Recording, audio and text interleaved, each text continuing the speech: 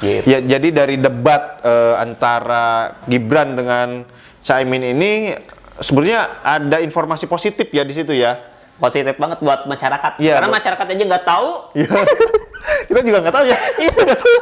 Gara-gara Oke, sekarang udah tanggal 2 Januari. Tahun baru. Tahun baru 2024. Dan kita tahu di tahun 2024 bulan selanjutnya Februari itu ada pencoblosan, Gis. ya seru nih. Makin Seru banget nih, seru banget.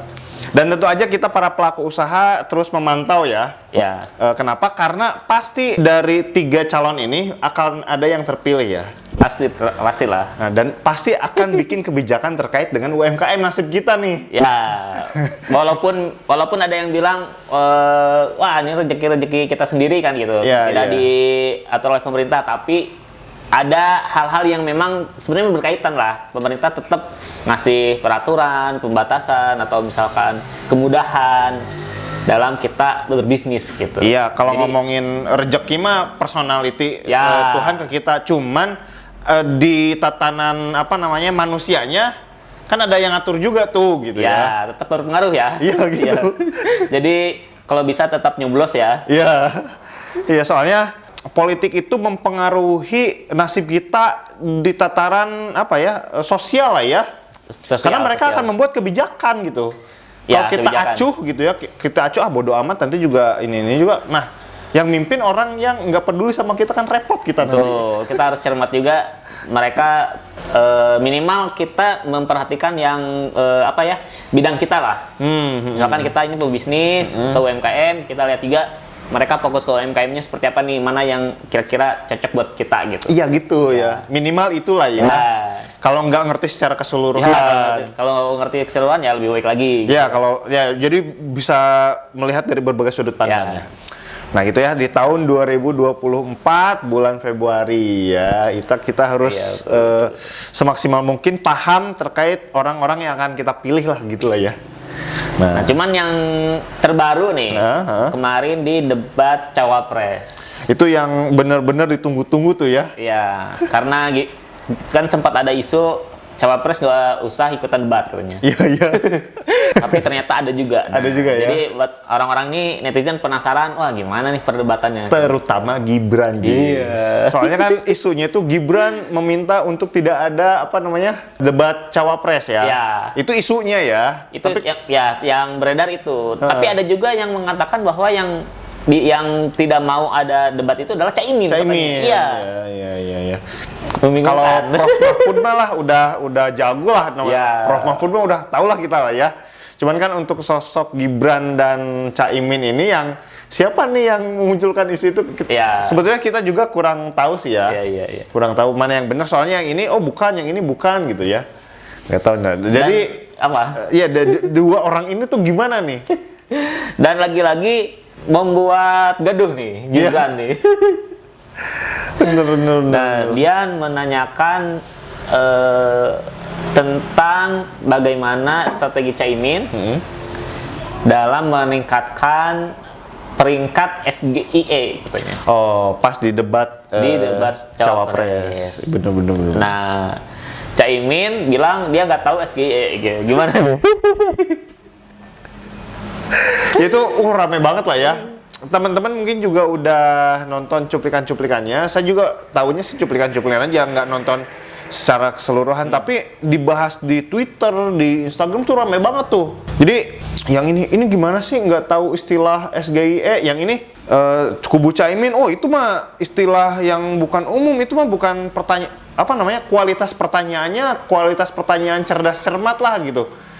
Iya. Jadi dianggapnya ya wajar lah Caimin nggak tahu gitu maksudnya. Itu dari kubu Caimin. Sedangkan dari kubu Gibran katanya sih, kok nggak tahu sih. Yang dikecewakan oleh kubu Gibran adalah karena si Caimin ini memang berbasis image-nya udah ke santri gitu ya, ke bisnis syariah gitu ya. Nah, si Gibran ini nanya tentang SGIE, yang dimana SGIE itu adalah kita bahasa Indonesia kan aja ya. Jadi SGIE itu adalah peringkat negara akan ekonomi global syariah. Itu peringkat negara tentang global ekonomi secara syariah gitu. Nah, itu kan Caimin banget, harusnya Caimin lebih tahu gitu. Iya, benar. Nah, tapi kalau dari kubu Caimin mewajarkan sih kalau menurut saya sih. Dan suatu keberanian ya yang dari Caimin juga ketika dia bilang di debat itu kan dia bilang nggak tahu. Oke, Ya, itu dia bilang. bisa jadi poin plus sebetulnya ya. Sebenarnya itu jadi poin plus karena ketika nggak tahu ngomong nggak tahu gitu daripada kita ngomongnya ngawur, bener nggak? Benar. Jadi dia apa ya, kadang ada orang yang sombong pengen apa ya, pengen serba tahu gitu ya. Ada juga orang yang cukup berani untuk bilang oh saya nggak tahu itu gitu. Ya. Meskipun itu dalam debat yang ditonton Meskipun nasional. sebetulnya bisa jadi bahan serangan, tapi akan lebih dahsyat serangannya kalau dia tuh kayak sok tahu gitu ya. Nah itu Caimin jadi nggak so tahu ketika di Kan debat ini. orang tuh bakal tahu ya, orang mana yang benar-benar tahu, mana orang yang Ya. pura-pura tahu gitu. Ya. Kalau orang yang pura-pura tahu kan bakal abis banget tuh dihajarnya gitu ya.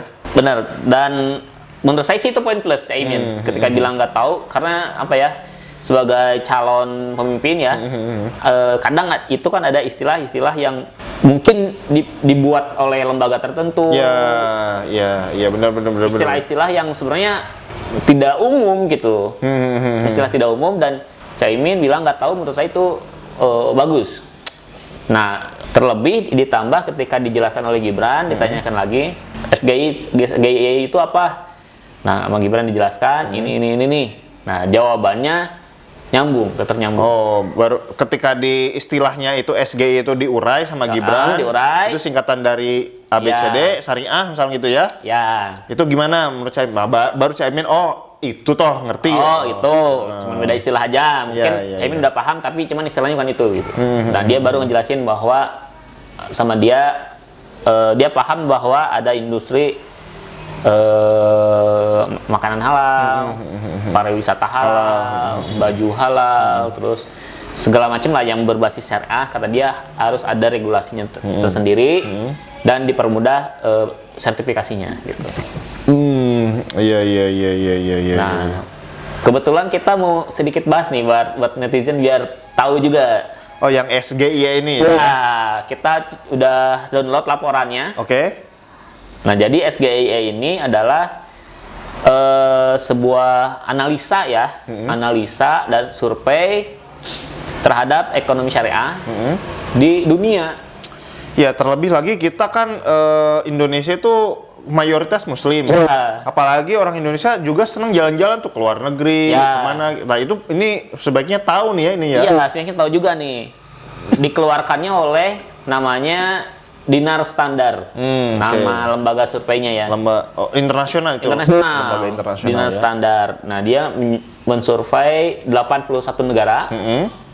Sama dia disurvei halal foodnya, terus kayak tadi traveling halal, terus fashion halal, edukasi halal. Pokoknya semua yang berbasis syariah lah, investasi finansial yang syariah, sama dia disurvei semua gitu. Oke. Dan ternyata memang dia kan baru mulai dari 2012. Oh, itu. Si Dinar Standar ini. Lembaganya ya. Lembaganya si mensurvei syariah ini, karena umat muslim kan banyak ya di Iya. seluruh dunia dan lumayan berpengaruh sebenarnya gitu. Setelah disurvei, ketika saya baca nih, kita dapat surveinya, ternyata di yang terbaru itu Indonesia peringkat ketiga. Indonesia peringkat ketiga. Peringkat ketiga itu nilai umum, nilai umumnya ya. umum. Tapi kalau di breakdown kayak halal peringkat berapa, fashion peringkat berapa, mungkin itu beda. Oke. Tapi secara umum juara umum lah ya, dia peringkat 3. Masuk 3 besar lah ya, terbaik ya. Ya. Oke. Dan dari tahun sebelumnya memang industri syariah ini, industri muslim naik 6% rata-rata. Oke. Ya, orang-orang mulai misalkan traveling ke sejarah-sejarah muslim. Oke. Itu naik, ada kenaikan. Oke. Dan mulai aware juga mungkin ya. Ya. Kayak kalau kita misalkan jalan-jalan ke Jepang, oh Jepang kan bukan negara Islam lah ya. Iya. Makanan halalnya gimana gitu ya. Nah, Terus minumannya yang halal gimana, misalkan kayak gitu lah ya. Iya. Yang nggak ada unsur-unsur kan di sana itu mungkin babi itu menjadi apa ya? Satu bahan yang banyak digunakan di berbagai apa namanya produk gitu. Ya, ya, Sikat gigi misalkan, terus minyak-minyakan buat goreng-gorengan misalkan gitu ya. Ya. Kalau kita makan ini minyaknya minyak apa nih? Ya. Ramen, makan ramen ini minyaknya minyak sawit atau misalkan babi nih kan gitu ya. Nah kayak itu termasuknya halal food. Itu halal food Halal ya. food. Nah, kalau di negara Indonesia kan gampang lah cari yang halal ya. Kalau di luar kan susah. Nah, ini makanya mereka survei ada peningkatan nggak nih produk halalnya. Di Jepang ada nggak peningkatan? Di negara mana ada peningkatan? Iya. Nah, itu yang halal food. Terus yang tadi yang traveling itu mereka kayak misalkan wisata ke daerah-daerah yang punya sejarah Islam gitu.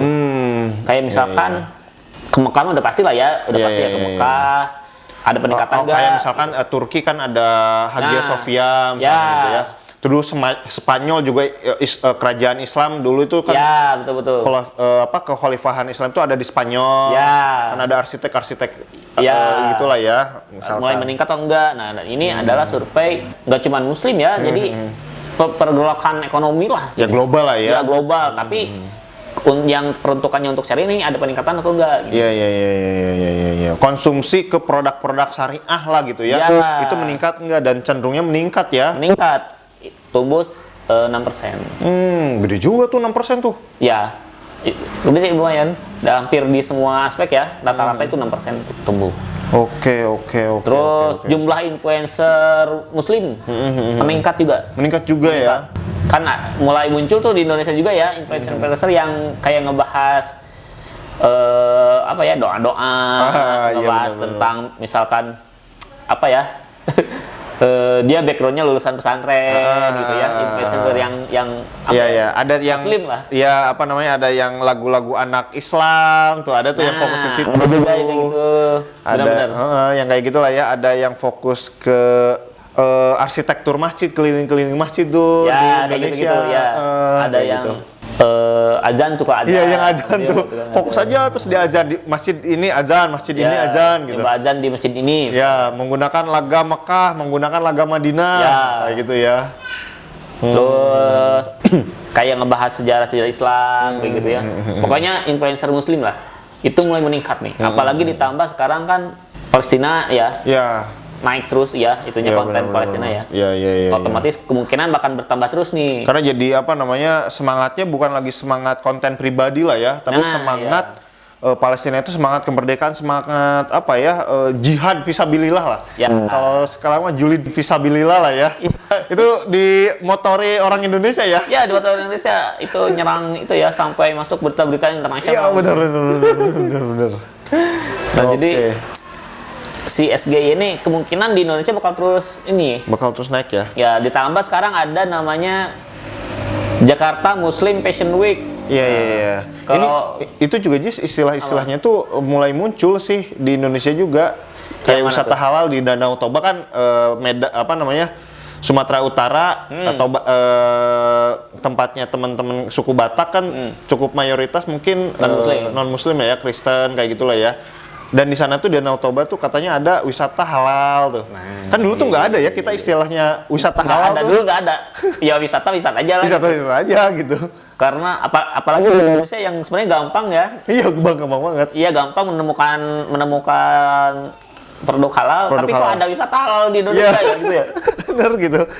Karena mungkin di Indonesia juga spot-spot tertentu itu mayoritasnya bukan Muslim, kayak tadi di Batak mungkin mayoritasnya Kristen gitu ya. Terus Toraja mungkin gitu ya. Ya. Terus Bali mungkin kayak gitu.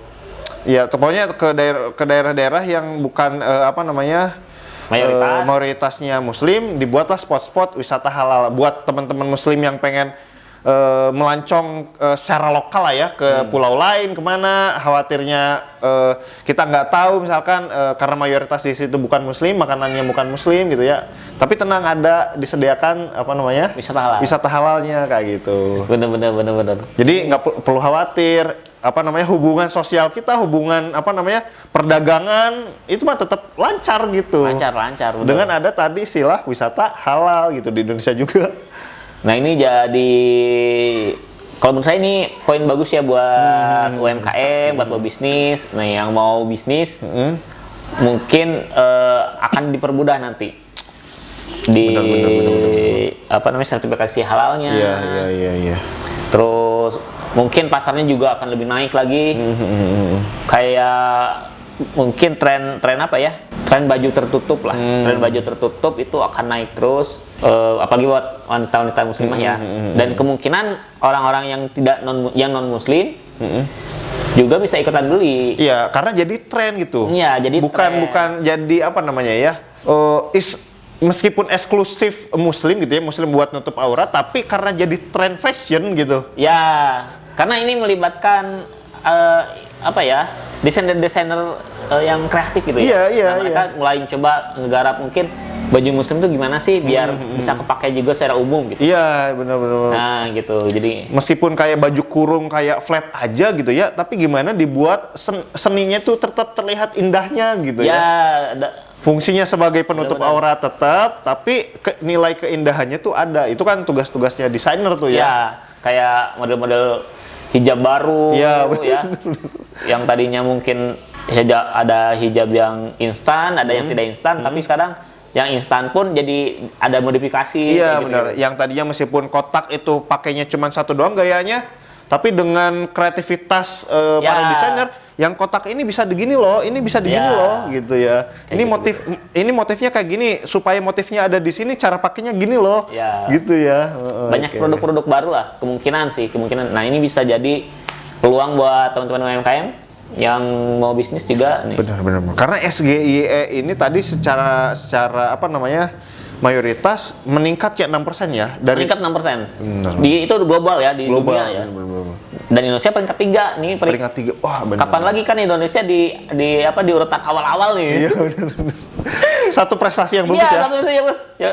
Kalau menurut saya sih mending kita fokus ke sini aja kali yang udah juara gitu ya. Iya. Nah, dan di Indonesia ternyata udah dibentuk lembaga ekonomi syariah. Oleh ketuanya sekarang adalah Erick Thohir. Oh, Erick Thohir juga.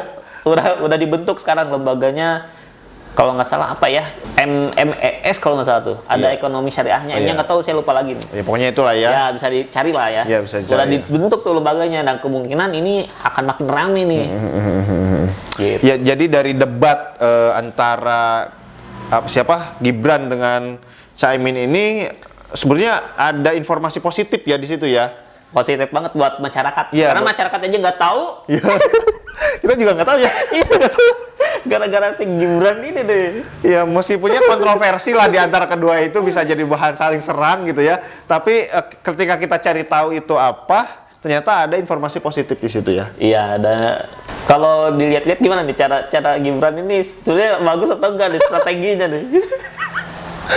Dan dia tiba-tiba menggunakan singkatan sebagai senjata sih. Untuk namanya terus trending sih bagus sih. Bagus ya. Dia Terus, sengaja kayaknya ya. Iya kayaknya sih bagus juga sih strateginya. Mau menjatuhkan atau gimana ini ya? Malah yang enggak, jadi kita fokusnya ke Gibran dengan Caimin nih. Kita malah nggak fokus ke Mahfud MD, jadi ya jadi nggak ada namanya ya. Iya, jadi kurang dibicarakan. Iya, benar. Oke, gimana nih teman-teman? Lebih bakal pilih Gibran atau Caimin atau siapa? Pak Mahfud MD ya. Silahkan tulis di kolom komentar kayak gitu. Oke, gimana, ada lagi terkait dengan SAG? Itu ya. Nah, itu ya informasi umumnya yang bisa kita sampaikan. Itu cukup menarik dan bikin semangat kita buat menyongsong bisnis-bisnis syariah di 2024 inilah ya, kayak gitu. Oke, karena kita juga studio desain, kita juga jualan ya tentunya. Ya, justru kita juga bisa nih jualan desain-desain syariah. Iya, betul. Kayak misalkan logo syariah, logo syariah yang mungkin kan identik dengan nggak boleh makhluk hidup gitu gambar ya. Bisa juga kita akal-akalin nih, misalkan pakai siluet, pakai apa. Nah, itu bisa juga desain logo, desain kemasan, desain company profile, desain gerobak dan segala macam lah bisa. Nah, selain itu kita juga membantu perizinan daftar merek, daftar NIB untuk di tahun 2024 ini. Iya, kayak gitu ya. Jadi teman-teman tinggal kontak aja nomor yang ada di bawah. Iya. Kayak gitu, mudah banget ya. Oke, thank you. Sampai jumpa di obrolan kita terkait dengan Gibran, Caimin, dan Mahfud MD. Ada debat lagi kan? Ada mudah-mudahan sih ada lah ya. Ya. Biar kita ada bahan lagi buat terkait dengan UMKM-nya ya. Oke, bye-bye.